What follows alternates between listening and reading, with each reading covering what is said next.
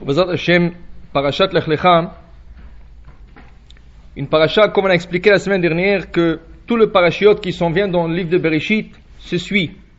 Il y a une suite, une paracha après une autre, une paracha une autre. Alors en vérité, cette paracha, elle commence à la fin de la paracha précédente, qui est le parashat Noach. On voit dans la paracha, voilà que depuis Noach jusqu'à Avraham Avinu, il y a 10 générations. Et la Torah est en train de mentionner une génération après une autre, une génération après une autre, pour arriver à la fin, qui est la 10e génération, qui est la génération de Avraham. Voilà que Terach, au lit d'Avraham, et Nachor et Haran, Terach a enfanté 3 enfants. Le premier-né, c'est Avraham, Nachor et ensuite Haran. Et Haran, au lit de Lot, il a eu comme enfant Lot. La Torah vient avec une histoire que Haran est mort et Terach, il prend ses 3 enfants, il doit quitter le pays. La paracha qui suit, c'est parashat Lech Lecha. Akadosh Baruch Hu dit à Avraham, maintenant que tu as quitté ton pays déjà, le Ur Kasdim, tu vas même te séparer de la maison de ton père. Alors, dans les années précédentes, on a parlé déjà de l'histoire. Ça veut dire, on peut lire les textes. Il y a une histoire, Avraham Avinu est né dans la paracha, il y a son père, il y a ses frères.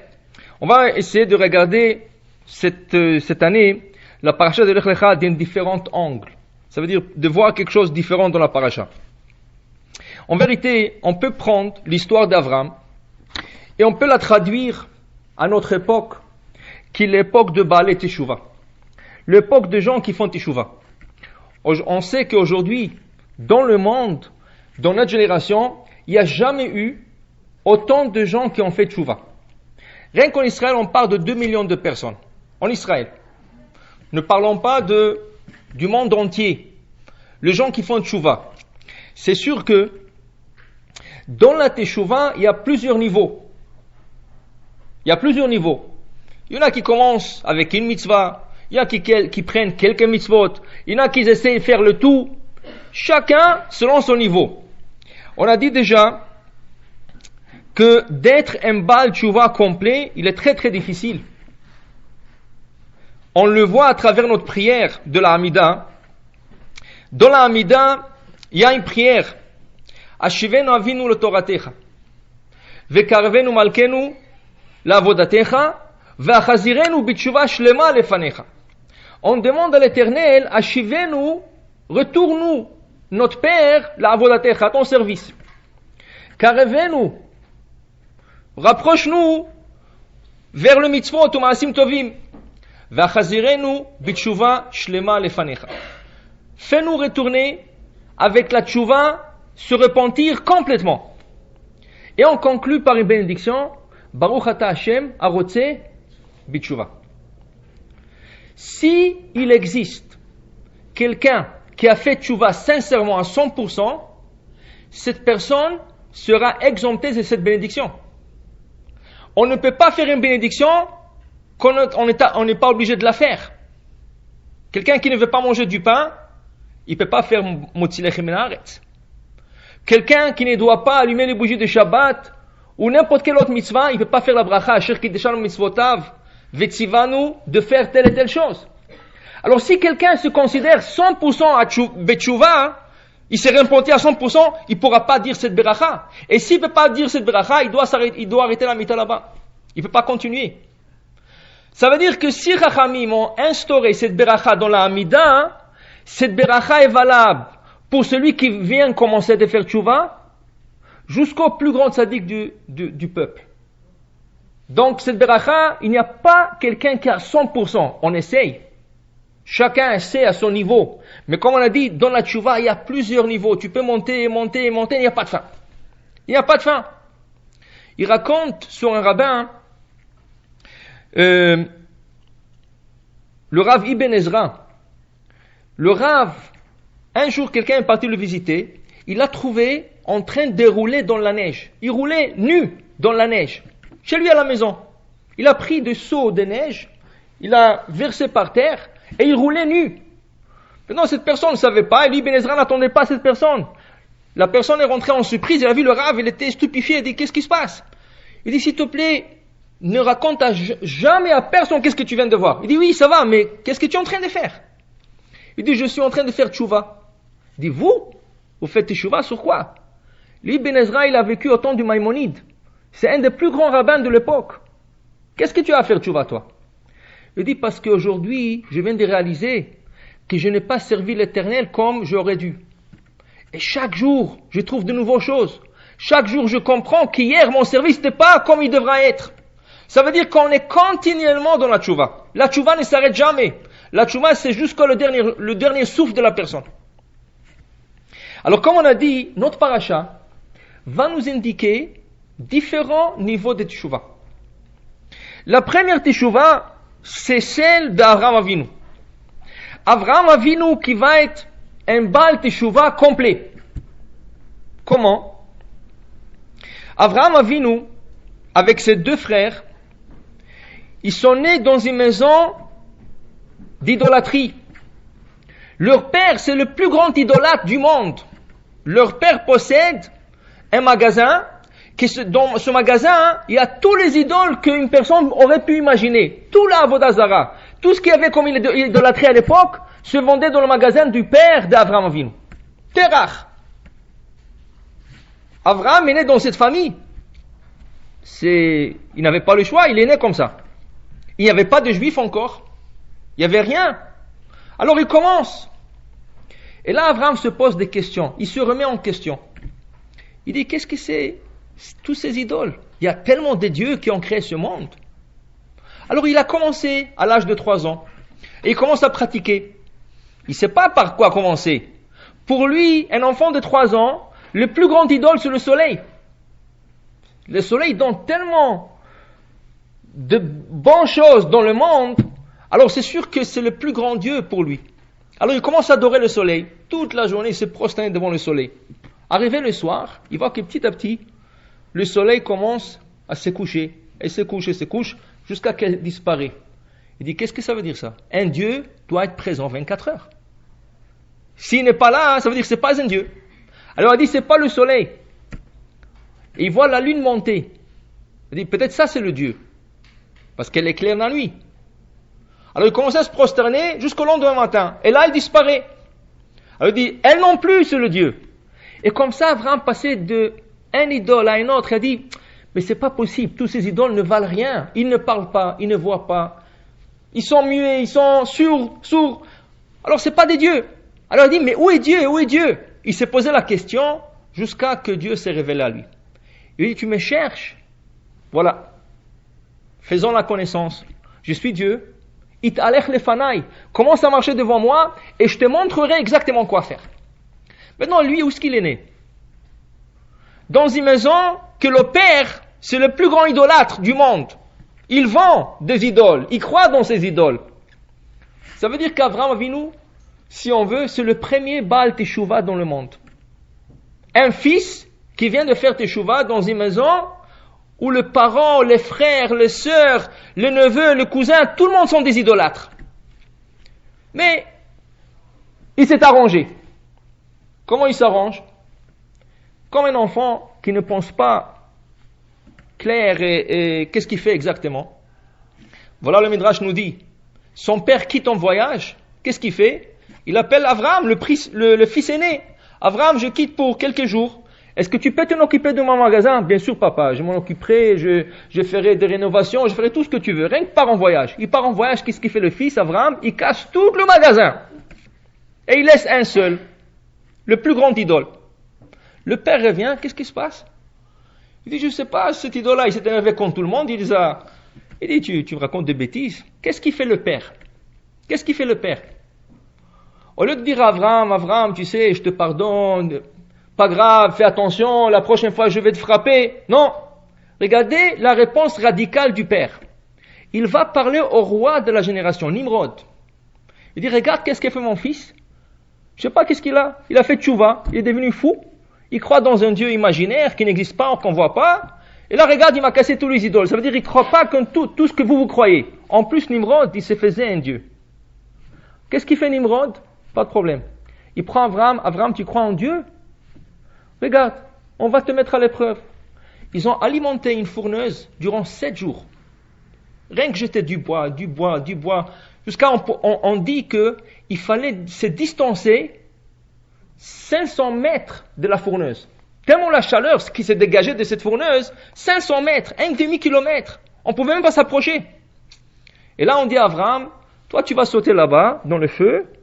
Si Dieu t'aime, et s'il existe, il va te sauver. Sinon, tu vas brûler. Est-ce que tu es prêt? Oui, je suis prêt.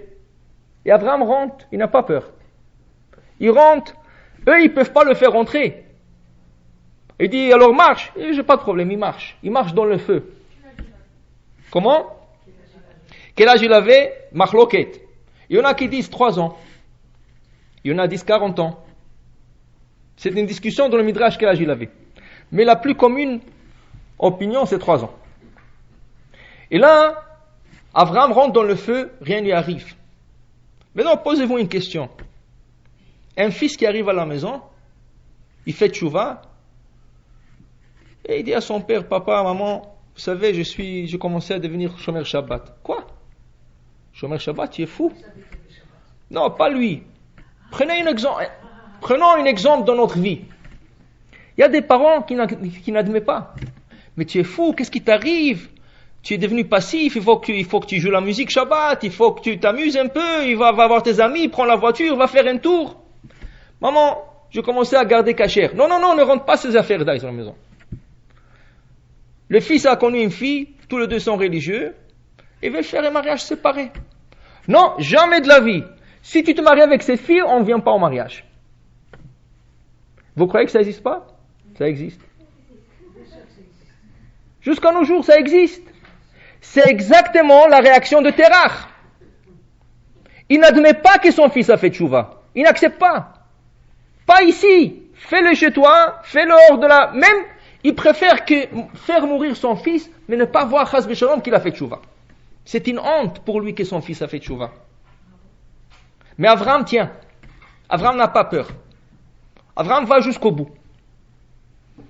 S'il faut se faire brûler pour cela, il faut se faire brûler. Tout ce que Dieu demande, il faut faire. Il va jusqu'au bout. Mais attention, Abraham nous apprend une leçon. Même si la personne tient à sa tchouva jusqu'au bout, il va même contre ses parents, les idées de ses parents, mais il leur doit le respect. Il ne peut pas manquer respect à ses parents. La Torah, Rashi, le dernier Rashi de la paracha, le signale, parce que le dernier verset de la paracha dit, et Terach il était âgé de 205 ans, et il est mort à Haran. Et là, Dieu qui se révèle à Abraham, et lui dit, Lech lecha, quitte la maison paternelle.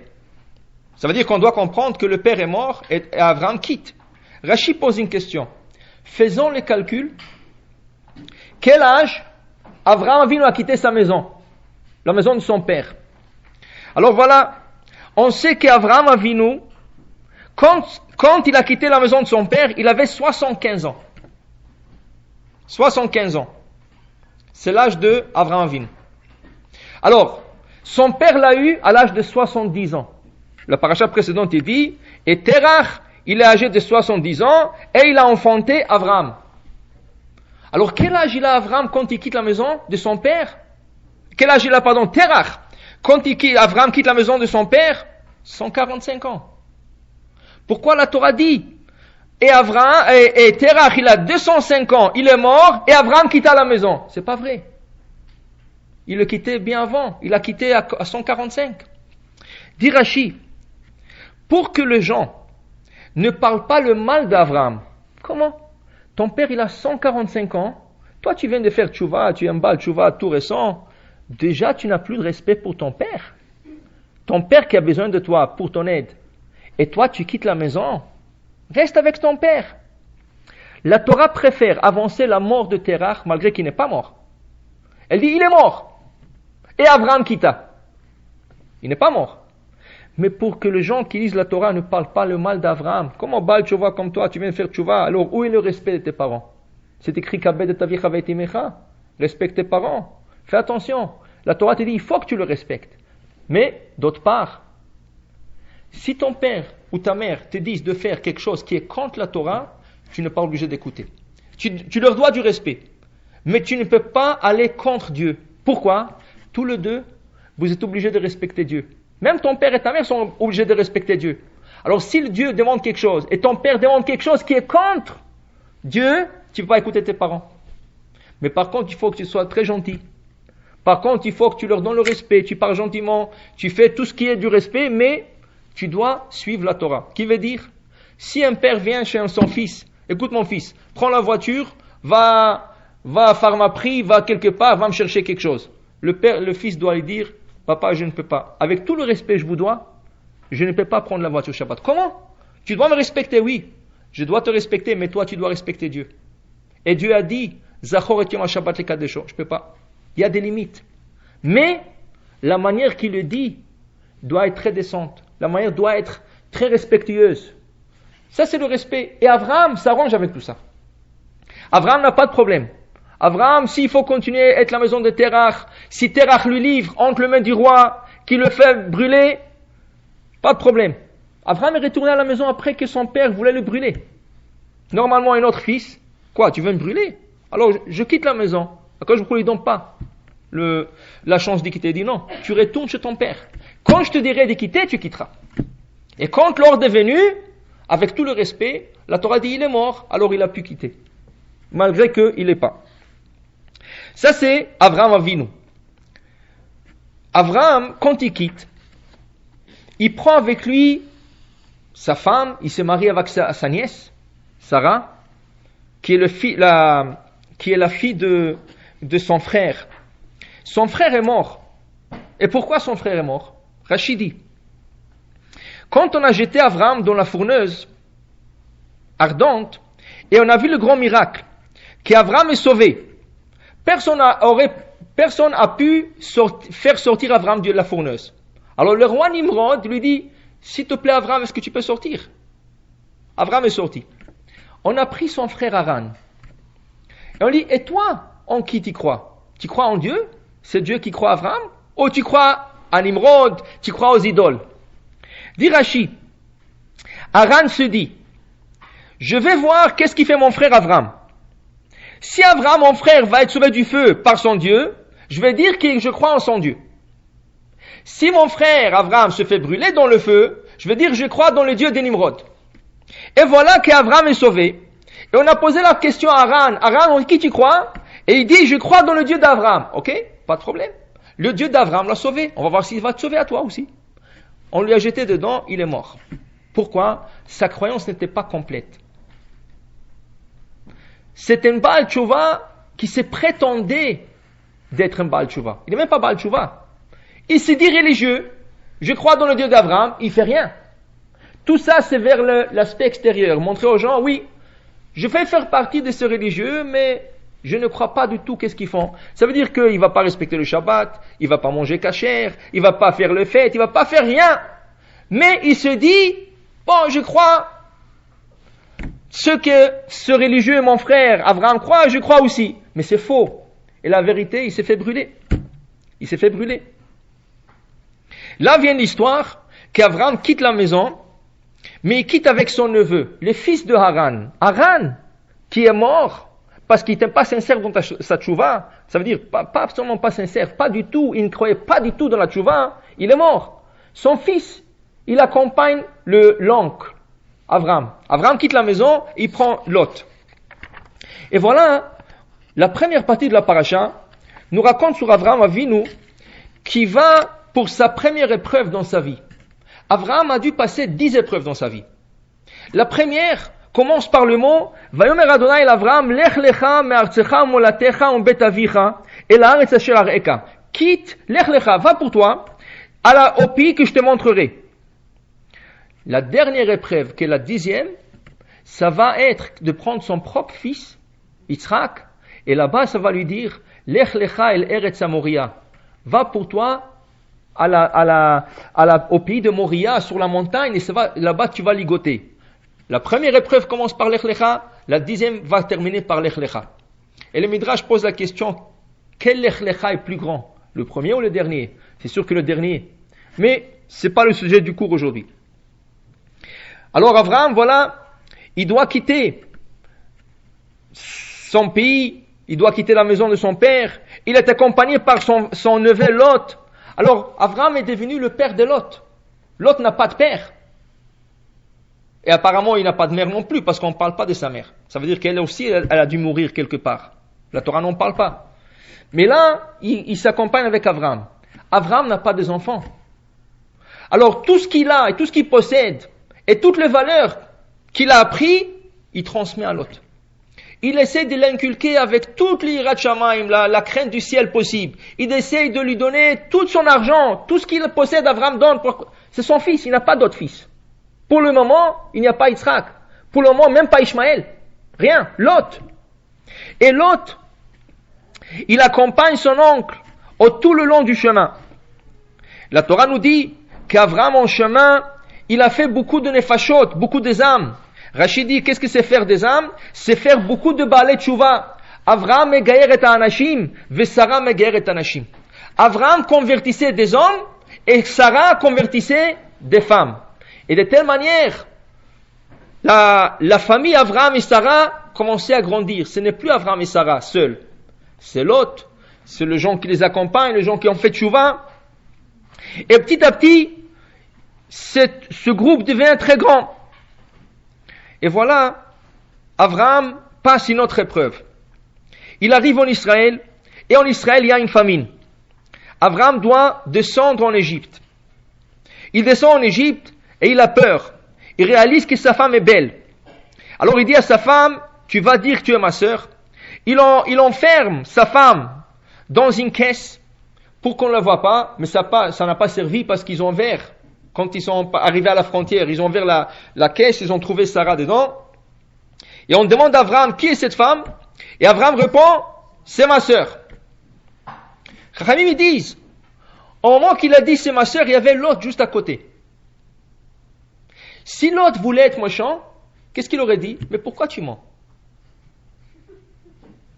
Tu m'enseignes de ne pas mentir, tu m'enseignes d'être un juif droit. Pourquoi tu mens? Dis, c'est ta femme. Et s'il aurait ouvert sa bouche, qu'est-ce qui serait arrivé? On aurait tué Abraham, ils auraient pris Sarah, et tout l'argent d'Abraham aurait passé chez qui? Chez Lot. Il serait l'héritier. Il n'y a pas d'enfants. Il n'a pas d'enfants Abraham. Le fait qu'il s'était, Rachid va nous dire la semaine prochaine, dans la paracha de Vaïra, quand Hachem décide de détruire Sodome et Gomorrhe, Sodome et Gomorrhe, il se rappelle que Lot n'a pas ouvert sa bouche. Dire que Sarah c'est la femme d'Abraham, elle n'est pas la sœur d'Abraham, et il va être sauvé grâce à cela. Ça veut dire que vraiment il a fait tchouva.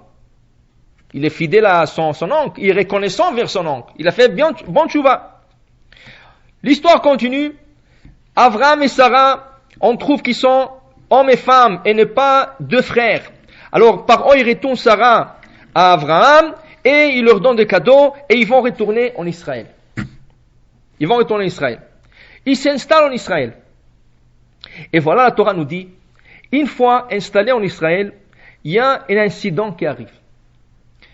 Une dispute entre le berger d'Abraham et le berger de Lot. Ils commencent à se disputer. De quoi ils se disputent? Le berger d'Abraham reproche au berger de Lot, vous n'avez pas le droit de laisser paître vos troupeaux dans les montagnes parce que ces montagnes-là sont habitées. Et ils appartiennent, il y a des gens qui habitent dans ces montagnes, tout le gazon là-bas appartient à ces gens. C'est comme du vol. Vous devez museler les animaux et leur faire paître dans le désert, mais pas sur les montagnes. Réponse de berger de Lot, non. Cette terre a été promise à Abraham. Pour le moment, il n'est pas en sa possession, mais dans quelques années, tout va être à Abraham. Alors on a le droit de prendre maintenant. La discussion s'enflamme. Ça commence à être une dispute, carrément une dispute. Qui sait, peut-être qu'ils sont arrivés déjà à coups de main. Alors Abraham, tout de suite, pour arrêter cela, il appelle son neveu, Lot.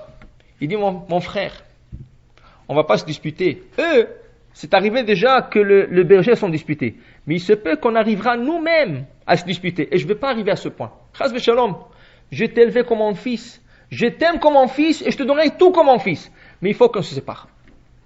Alors prends ton chemin. Si tu vas à droite, j'irai à gauche. Si tu iras à gauche, j'irai à droite. Mais décide où tu vas. Et là, Lot, la Torah nous dit, Lot, vaïssa Lot et tenav. Lot leva ses yeux. Vayar et kikar Yarden, il voit le Jourdain, qui coula mashke, un pays très fertile, l'ifne shachet Adonai et Sedom, avant qu'elle soit détruite. Et là, vaïfchar lo Lot et kikar Yarden, Lot a choisi de s'installer au Jourdain, dans le pays de Sodome.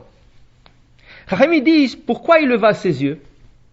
Vous savez que chaque fois que la Torah parle, est-ce que la Torah dit, il leva sa main? Il leva son pied? Pourquoi on dit, il leva ses yeux? C'est normal. S'il veut regarder où aller, il doit lever ses yeux. Avraham Avinu, quand il va pour ligoter son fils, Vaïssa Avraham et Tenav. Avraham lève ses yeux pour voir la montagne. Mais qu'est-ce que tu veux qu'il fasse? Est-ce qu'il va pas lever ses yeux pour voir la montagne? La Torah ne dit pas qu'Avraham mettait sa main pour prendre de l'assiette. On ne parle pas des choses comme ça. Il leva sa main, il leva ses pieds, il leva ses yeux. Pourquoi la Torah? Si la Torah ajoute ce détail, ça veut dire que c'est un détail très important. Et quelle importance ce détail, dit Rashi? Il leva ses yeux, ça veut dire qu'il a suivi ses yeux. Au lieu de dire à Abraham, mon oncle, je m'excuse. Tu sais, vraiment, cette dispute, c'est pas comme je voulais qu'il soit.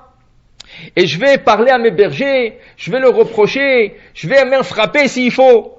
Mais je vais pas te séparer de toi. Tu es mon oncle, tu es mon père, je n'ai pas un autre père. Non. Il trouve l'occasion de quitter Abraham. Il dit, c'est ma chance. Il savait pas comment quitter la maison d'Abraham. Il avait honte. Quand même, c'était comme son père. Il avait honte. Avant, les enfants avaient encore honte de parents. Alors il dit, je sais pas. Mais là, l'occasion se présente. Dès qu'il lui dit, on va se séparer, oui, tout de suite, il leva ses yeux, il cherche. Et là, il trouve Sodome. Un pays très pervers. Un pays prostitué. Un pays de tout du mal du monde qu'il y avait dans ce pays. Et il se décide de s'installer là-bas. Mais où tu as grandi? Tu as grandi à la maison d'Abraham, la tzniut de Sarah, le kashrut d'Abraham, la Torah d'Abraham. Tu as grandi, tu avais tellement de bonnes valeurs. Qu'est-ce qui se passe? Pourquoi tu suis tes yeux? Pourquoi tu vas quitter? Ça, c'est un autre Baal Tshuva. Un autre type de Baal Tshuva. L'autre, c'est un Baal Tshuva. L'autre, c'était un idolâtre comme son père, Haran. Comme son grand-père, Nahor. Comme son oncle, qui a au début, Abraham. Qu'est-ce qu'on dit dans la Haggadah? Quand on commence la Haggadah, comment on commence la Haggadah? Mitechila, ovde avodah zara yavotenu. Au début, nos ancêtres, ils étaient idolâtres. Abraham était idolâtre. Tout le monde, ils étaient idolâtres. Mais ils ont fait tchouva, Abraham a fait tchouva. Lot aussi, il a fait tchouva. Mais qu'est-ce qui se passe avec la tchouva de Lot? C'est une tchouva. Oui, je vais le faire parce que c'est la mode. Je suis dans un groupe, tous mes amis font tchouva, tous mes amis font Shabbat. Moi aussi, je dois faire Shabbat. Je ne peux pas être différent. Il y a des gens comme ça. Il y a des enfants, ils sont dans un groupe des amis, mais ces amis, ils ont fait tous tchouva. Ils ne veulent pas être différents. Ils vont chaque fois, ils lui disent, quand tu vas faire tchouva, les amis vont que dans un restaurant kosher. Ils ne veulent pas aller dans un restaurant kosher, ils doivent suivre ses amis. Alors, il bat tchouva. Mais il est bal tchouva, rien qu'à l'extérieur. Il cherche toujours la porte de secours. Dès qu'il aura la chance, il va se séparer. Ça, c'est la tchouva de l'autre. Le type de bal tchouva qui cherche toujours comment je peux me sauver. C'est trop pour moi, je peux pas, c'est trop d'engagement. Alors, chas v'shalom, il va pas être comme les gens de Sodome.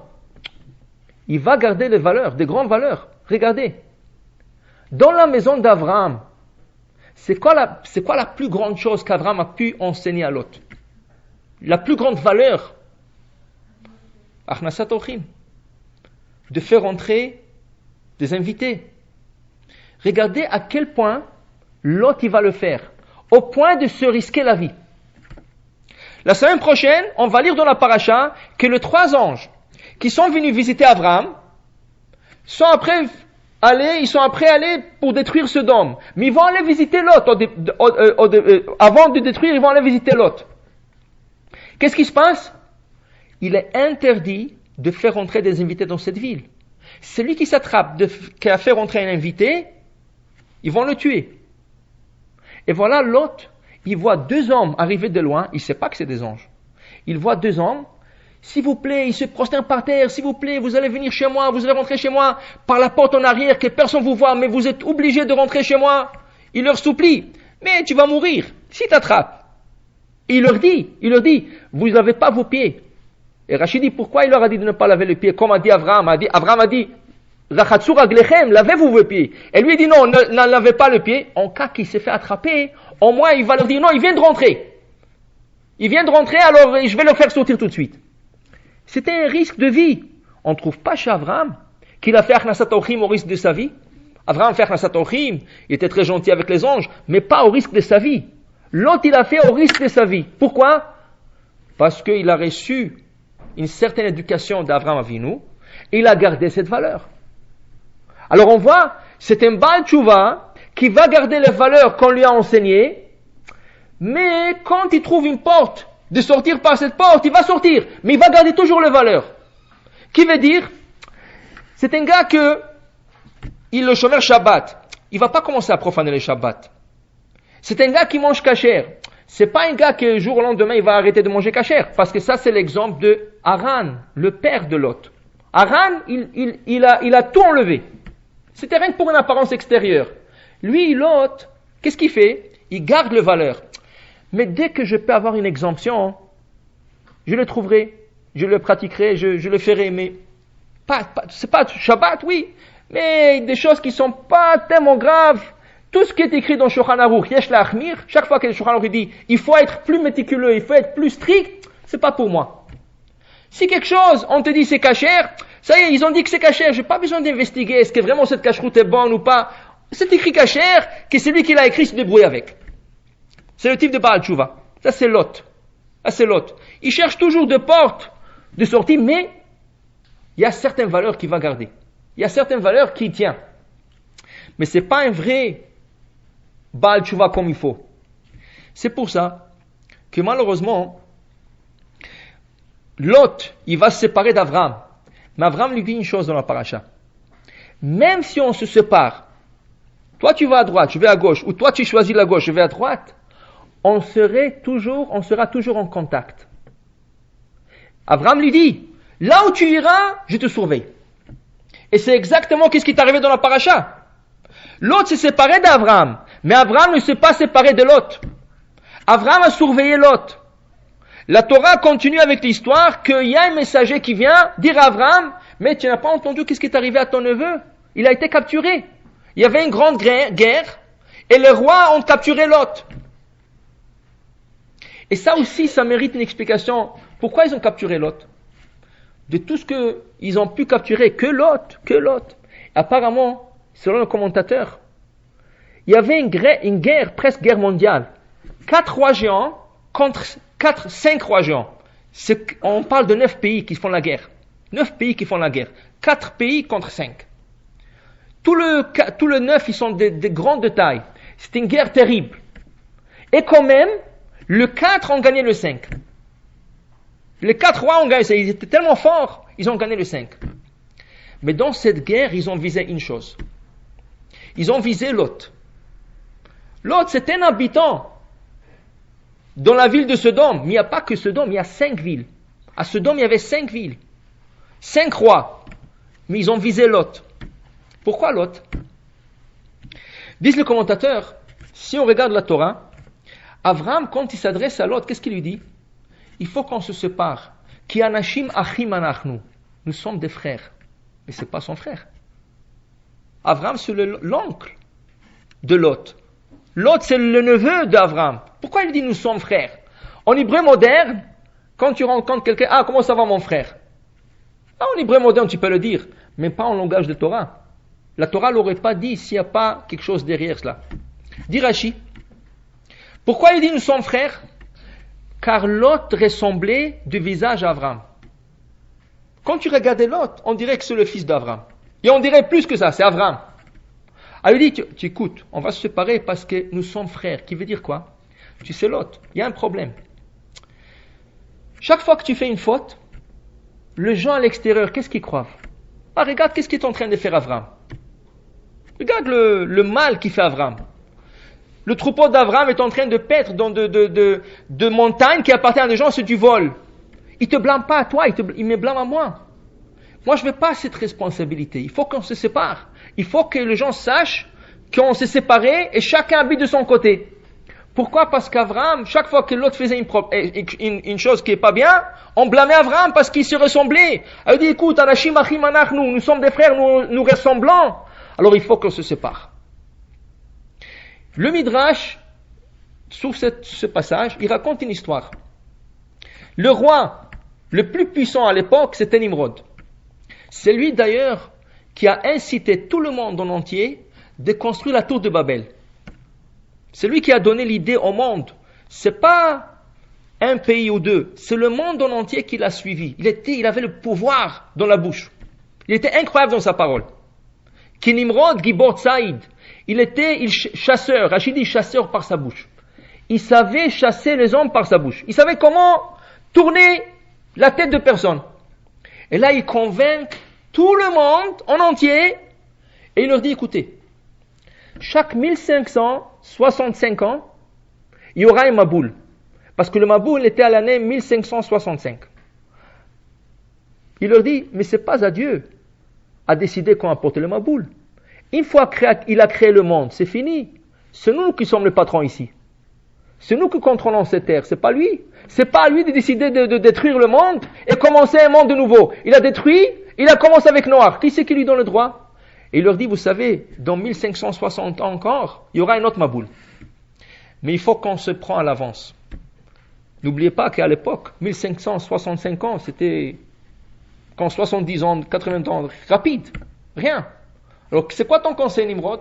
On construit une tour. Elle va être tellement grande qu'il est impossible qu'il y arrivera. Et là, on va se sauver du Maboul. Et en plus de ça, la tour va atteindre au ciel, on va faire la guerre aux dieux, on va le tuer, et on va prendre possession de ce monde. Il a convaincu tout le monde. Tout le monde. Et tout le monde a cherché une place jusqu'à qu'ils ont trouvé Babel. Parce que c'était une grande vallée qui a pu contenir tout le monde. Et là, il construit la tour. Et on a lu la semaine dernière qu'Akadosh Baruch Hu les a à la fin dispersés. Nimrod, avec le pouvoir qu'il avait, il avait un petit incident avec Abraham. C'est lui qui l'a jeté dans la fourneuse. C'est lui qui a jeté avant dans la fourneuse. Abraham s'est sauvé. Un jour, Nimrod se trompe dans le désert. Il s'est perdu dans le désert. Et là, il rencontre la tente d'Abraham Avinu. On sait que la tente d'Abraham Avinu était ouverte de quatre côtés. Abraham sait exactement qui il est. Peut-être Nimrod ne se rappelait pas d'Abraham, parce que quand il a jeté dans la fourneuse, il avait 3 ans. Là, c'est un homme de 60 et quel temps, 70 ans, je ne sais pas, il est grand. Peut-être qu'il ne se rappelle pas de lui. Et là, il lui demande, s'il vous plaît, est-ce que je peux rentrer? Bien sûr que vous pouvez rentrer. Bien sûr, pas de problème, rentrez, vous allez manger, vous allez boire, vous allez vous reposer, comme il faisait pour tout le monde. Abraham ne faisait pas de distinction pour tout le monde. Là, quand Nimrod termine de manger, il lui dit, s'il vous plaît, payez-moi. Exceptionnellement, Abraham ne demandait jamais la paye. Il donnait tout gratuitement. Mais il y avait une certaine paye qu'il fallait faire. C'est Birkat Amazon. Tu rentrais à la maison d'Abraham, quand tu terminais à manger, il te disait, fais Birkat Amazon. Si la personne disait, non, quoi Birkat Amazon? Moi je ne crois pas dans ces bêtises-là. Ah non, ok, alors paye. Mais les gens qui tournaient dans le désert, d'où est-ce qu'ils n'avaient pas d'argent? Alors tu avais le choix, ou payer ou faire Birkat Amazon. Mais une fois qu'ils faisaient Birkat Amazon, les gens faisaient attention à quoi ils disent. Alors ils disaient, mais qui c'est ce Dieu à qui nous bénissons? Et petit à petit, Abraham leur parlait jusqu'à qu'il leur faisait faire tchouva. À Nimrod, il lui a pas donné cette option. Il lui a pas dit, fais Birkat Amazon. Il lui a dit, tu payes. Il dit, pourquoi? Personne ne paye ici. Pourquoi moi je dois payer? Ah, vous êtes différents. Parce que Nimrod se faisait un Dieu. Il disait à tout le monde, il est Dieu. Il dit, comme vous êtes Dieu, vous savez, je fais rentrer des milliers de personnes ici à la maison. Chacun me disait la même chose. Que Dieu te bénisse, que Dieu te paye tout ce que tu nous as fait. Du bien. Alors Abraham a apporté un petit carnet. Il dit, il y avait au moins 5000 personnes qui ont passé ici. Chacun me dit que Dieu te paye. Comme vous êtes Dieu, vous n'êtes pas limité. Alors payez-moi les 5000 repas que j'ai offerts à tous ces gens. Alors il lui a donné un prix fou. Mais Nimrod ne s'attendait pas. Il est errant, il est perdu dans le désert. D'où est-ce qu'il va lui payer tout ça? Il dit non, vous sortez pas d'ici.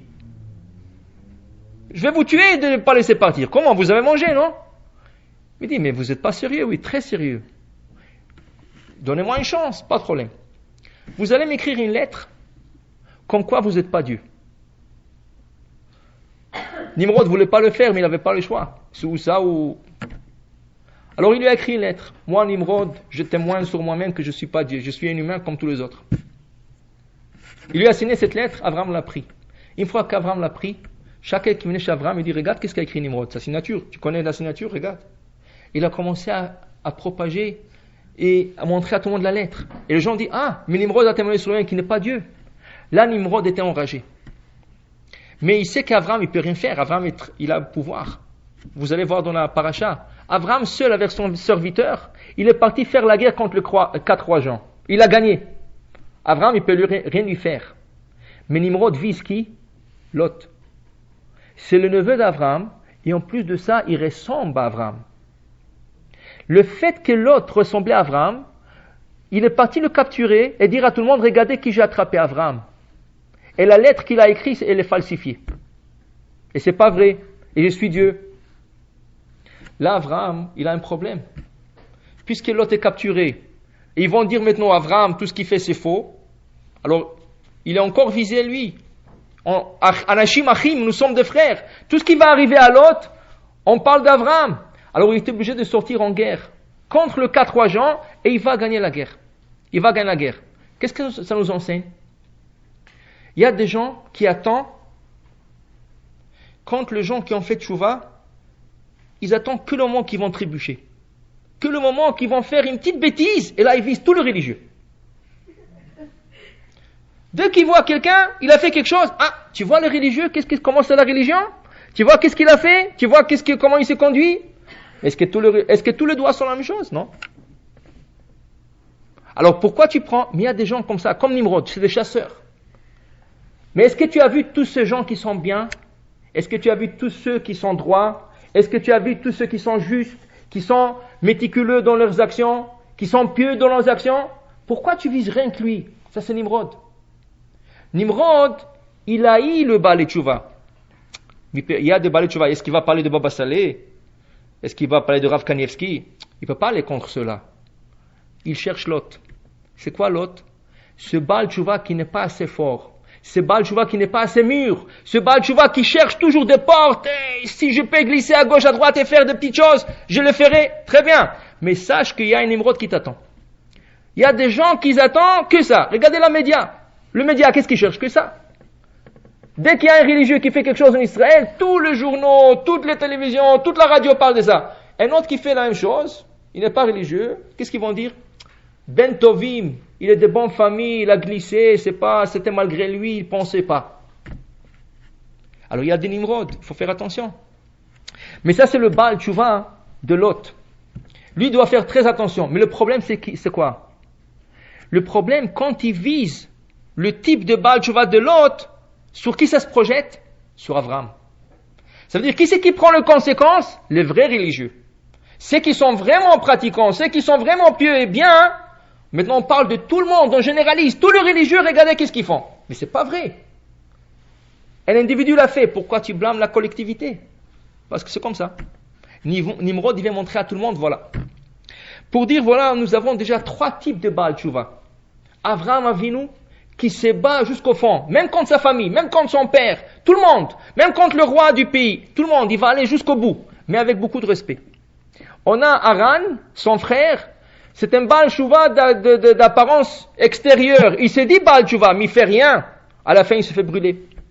Et on a Lot. Lot, il est Baal Tchouva, il a des valeurs, mais ces valeurs ne sont pas exploitées, ces valeurs ne sont pas inculquées en lui. C'est des valeurs qu'il a eues. Ils disent Lot c'est comme un perroquet. Tu l'apprends, il fait. Tout ce qu'il ne veut pas faire, il ne fait pas, ou tout ce qu'il n'a pas appris jusqu'au fond, il ne va pas le pratiquer. Mais il répète. Ce qu'il a appris, il va le répéter. Pour dire que on doit faire très attention. Très attention que dans toutes nos actions, les Kadesh Shem Shamaim, de sanctifier le nom de Dieu. Et c'est là qu'on comprend pourquoi Abraham, il a gardé contact avec Lot. Lot est capturé, Abraham va le sauver, et Abraham le surveille toujours. Pourquoi il le surveille? Parce que ça affecte Abraham. Quand on voit quelqu'un qui a fait tchouva, qui n'est pas fort dans sa tchouva, il ne faut pas le repousser. Mais celui-là, Non, au contraire, il faut le surveiller. Parce que s'il fait une bêtise, ça va se projeter sur toi. C'est toi qui vas prendre les conséquences. Alors là, celui qui voit qu'il y a quelqu'un qui n'est pas fort, au contraire, il faut le renforcer. Il faut le surveiller et de telle manière garder toujours en contact. Comme Abraham gardait contact avec Lot, malgré qu'il y avait un certain point, il commençait même à haïr. Mais pas Lot. Il ne peut pas haïr Lot. C'est ça qu'on dit. On peut haïr quelqu'un, mais pas la personne, ses actions. Parce qu'on a la mitzvah de ne pas haïr. On ne peut pas haïr un juif. Mais on peut haïr ses actions. Ses actions, oui, mais pas la personne. Parce que la personne peut changer et faire teshuva. Alors voilà, on voit 3 types de balai teshuva. Et ça pour nous une leçon pour dire que tout ce que nous faisons, il faut faire attention. Et la teshuva que nous faisons, il faut la perfectionner jusqu'au point de faire teshuva shlema. Et comme on a dit, teshuva shlema c'est très difficile. Même celui qui est dans la tchouva, même celui qui est shomer Shabbat, même celui qui mange kasher, même celui qui respecte les fêtes, il fait tout ce qu'il faut. Ça prend beaucoup, c'est de jour en jour, de chaque jour, mais on apprend. On est des apprentis. Chaque jour on apprend, chaque jour on avance. Celui qui est arrivé déjà au sommet, il n'a rien à apprendre, il a qu'à dégringoler et tomber en arrière. C'est pour ça comment on appelle les érudits. Quelqu'un qui est érudit dans la Torah, comment on l'appelle? Talmid Chacham. L'élève Chacham. Pourquoi Talmid Chacham? Chacham? Non, parce que tu es toujours un apprenti. Talmid. Tu es toujours un élève. Tu as toujours à apprendre, tu as toujours à avancer. Si tu te considères Chacham, si tu te considères je connais tout, je sais tout, je n'ai pas besoin, tu as un problème parce que si tu es arrivé au sommet, tu peux que descendre, tu peux plus monter. C'est pour ça que le Rav Ben Ishraï rapporte, il y avait une histoire. Il y a quelqu'un qui est arrivé dans son rêve sur Sa Majesté. Le lendemain, il est parti le voir, il dit, Sa Majesté, je vous ai vu dans le rêve. Il lui dit, Halam Tov, Halam Shalom, qu'est-ce qui se passe? Il dit, non, j'ai vu une échelle, et vous êtes en train de monter à l'échelle, mais vous êtes arrivé jusqu'au milieu de l'échelle. Il lui a donné une grande bourse d'argent, 1000 pièces en or. Il est retourné à la maison, tout content, il a raconté à sa femme, vous savez, sa femme commence à parler avec la voisine. Alors une des voisines a dit, mais regarde, qu'est-ce qu'il a rêvé, le roi, qu'est-ce qu'il a donné? Va raconter aussi un rêve. Alors lui aussi, le lendemain, il va chez le roi, Sa Majesté, je vous ai vu dans le rêve. Il dit, Halam Tov, Halam Shalom, qu'est-ce que tu as vu? Il dit, je vous ai vu m'entraîner sur l'échelle, vous êtes arrivé au sommet. Il dit, sors d'ici vite avant je te jette quelque chose. Pourquoi? Il dit, pourquoi? Lui, t'as vu au milieu. Il dit, oui, au milieu, j'ai encore la place à monter. Mais si tu m'as vu au sommet, où je vais aller? Je peux que tomber. Pour dire qu'on t'entraîne toujours de monter dans l'échelle, et c'est ça le rêve de Yaakov Avinu. Yaakov Avinu, on lui a montré, Malaché Elokim Olim, Ve'yordimbo. Il montait, il descendait. Ça veut dire que tu dois être monté, c'est ça? Mais si vous regardez le Midrash, on dit que cette échelle avait beaucoup d'échelons. Et les anges qu'il a vus monter et descendre ne sont pas partis jusqu'au sommet. Il y a des anges qui sont montés 70 échelons. Il y a des autres anges 200 échelons. Et tout ça, ça représente les galiotes, les exils. Mais les anges ne montaient pas jusqu'au sommet. Pourquoi? Parce que tu veux être toujours talmid, tu veux être toujours un apprenti, toujours tu as quoi avancer. Alors pour dire, voilà, cette génération, qui est la génération de la tchouva, comme on a parlé une fois dans les cours que Veshiv levavot albanim. C'est une génération que les parents feront tchouva grâce aux enfants. Les enfants commencent et ça mène le parent. Même si les parents au début ils sont contre, non, ne rentre pas le kasher à la maison, je veux pas un mariage séparé, je veux pas ceci. Mais si le fils ou la fille tient, mais avec respect, sans se disputer, il dit voilà, je choisis ce chemin, ils vont réussir et ça va terminer que les deux vont faire tchouva. Le fils a déjà ou la fille ont fait tchouva, ça va terminer aussi que les parents feront aussi tchouva. Alors espérons, Bezat Hashem, que nous tous nous pourrons faire tchouva chez les mains. Amen.